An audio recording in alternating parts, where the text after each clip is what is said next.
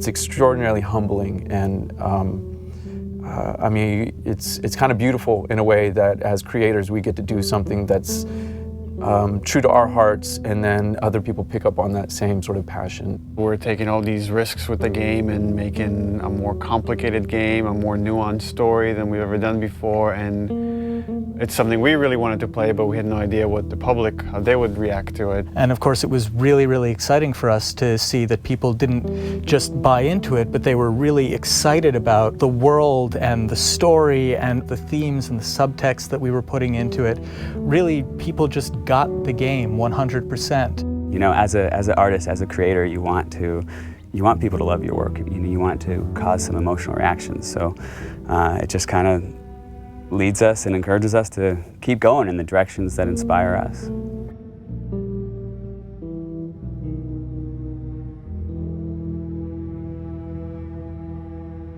The Last of Us: American Dreams, the graphic novel we released through Dark Horse, co-created by Faith Erin Hicks, the co-writer and amazing artist on that comic book. And it introduces the character of Riley.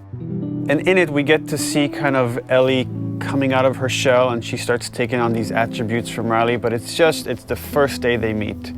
And it became really interesting to us to say, okay, months later, after these two have become best friends, and they've had this falling out, where does that relationship go? In discussing ideas, it's like, what if we got to play through that kind of relationship? What if we saw that relationship? And it gives us an opportunity to test out various mechanics and storytelling ideas that maybe we couldn't test on the scale of the full game, but doing it in a smaller time frame allows us to try out these ideas and say, okay, that's interesting. How did that work? The comic book was kind of a great way to see a little bit of what Ellie and Riley's relationship was. So when we set out to design the world, we already had a point of reference that there had already been some great work done just in terms of some of the visuals and some of the language between Riley and Ellie. I think we had a sound story pretty early on that we felt was compelling enough to okay, that justifies us moving forward with the idea of single-player DLC. Now you have a team of some burnt-out, frazzled people that you're trying to say, like, okay guys, let's go again. Can we do it again? And that's a lot. That's a lot to ask of anybody after 3.5 years of grind. We kind of right away knew we wanted to focus on Ellie. We wanted to tell a little bit more about who she was before all this. We also felt like some people were wondering what happened in that time span between when Joel gets really injured and then you play as Ellie. And I felt like I wanted to meet Riley. Like I want to know her. I read a little bit from like the comics, and you kind of had this image in your head in the character, but you kind of really don't meet them until you start to see them. And once you get the actor in there, once you get these people, they really start to come out. All this time I thought you were dead. Yeah. It was interesting sort of this time around to be with someone new. When Yanni came in during casting, I was like, that's totally who I saw in the comic book. That's totally her, that's totally who I heard. You need to cast her. I was a bit intimidated to kind of come on to something that's so big. It's different, Ashley started with it and you're, coming in, I guess, as a sophomore, you know what I mean? Like, you feel like, oh gosh, am I gonna fit in? And then, will I really be able to live up to the standard that's so high? With The Last of Us, we got to see the events that led to who Joel is during the game. We never get to see that with Ellie. With Ellie, we're picking her up at the outset of the journey. What this DLC really allowed us to do is focus on Ellie's life prior to that journey. And we get to see, she's just a kid, ultimately.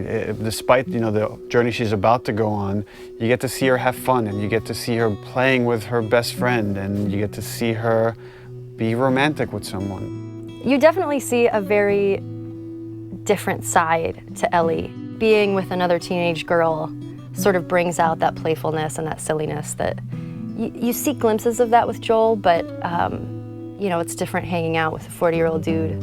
You know Ellie as this really tough, strong kid that has gone through so many crazy things and has seen so many things, to this other side of her, a little bit more vulnerable, softer side of her through the eyes of Riley. So it's a really interesting relationship there because you get to see somebody who really influenced who Ellie is and taught her how to survive and be strong. And then you see that playful Ellie, and you see the events that are shaping her and changing her, and how she loses the one person in this world that she cares for. And then you understand why she's willing to fight tooth and nail to not lose Joel. She's already lost this person that she loved. She's not about to let it happen again.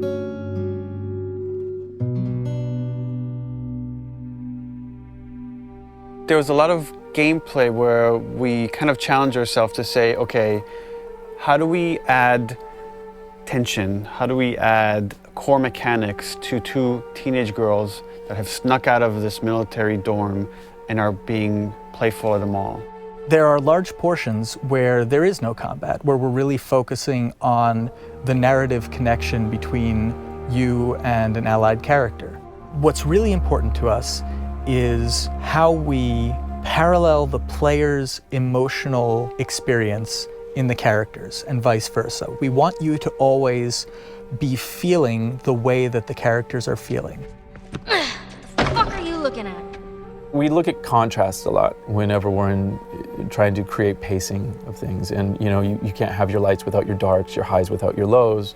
So while we're looking at the Ellie storyline, we also want to contrast that with what's happening in the desperation of Joel. So the combat is kind of an extension of the obstacles, the barriers inside of her way that she needs to overcome.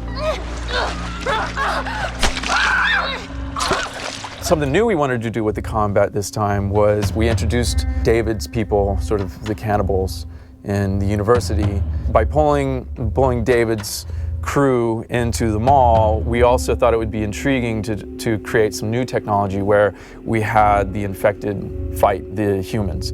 We developed a number of setups, combat setups, during the DLC where the player has the opportunity to pit those two sides against each other. And for us, this was really interesting because this allows you to use one faction as a weapon against the other. Now you're able to use these distractions almost as bait or as lures. So that creates this whole new way to think about a combat space and to think about ways that you move around. But it still drives home that idea that it's a desperate world and you're trying to survive in it. The main themes that we're playing with, I think, are love and loss and on some level devotion. What lengths do you go to protect the ones that you care about? If you never know if you're going to die tomorrow, in the next hour, in the next few minutes, every moment spent with those you love is a moment to cherish. The relationship between Ellie and Joel, it dealt with survival, it dealt with loyalty, and ultimately it dealt with love. The love of a parent to a child or a child to a parent. The DLC is not that different. In this world, all you really have are your relationships and your friends. I mean, that becomes everything. And I think that's sort of reiterated in the DLC. One of the great things about Last of Us was how much people related to Ellie and enjoyed Ellie and saw her as this strong character. And here we'll get to see how her time with Riley has become that and something that propelled her to be able to go on this journey with Joel.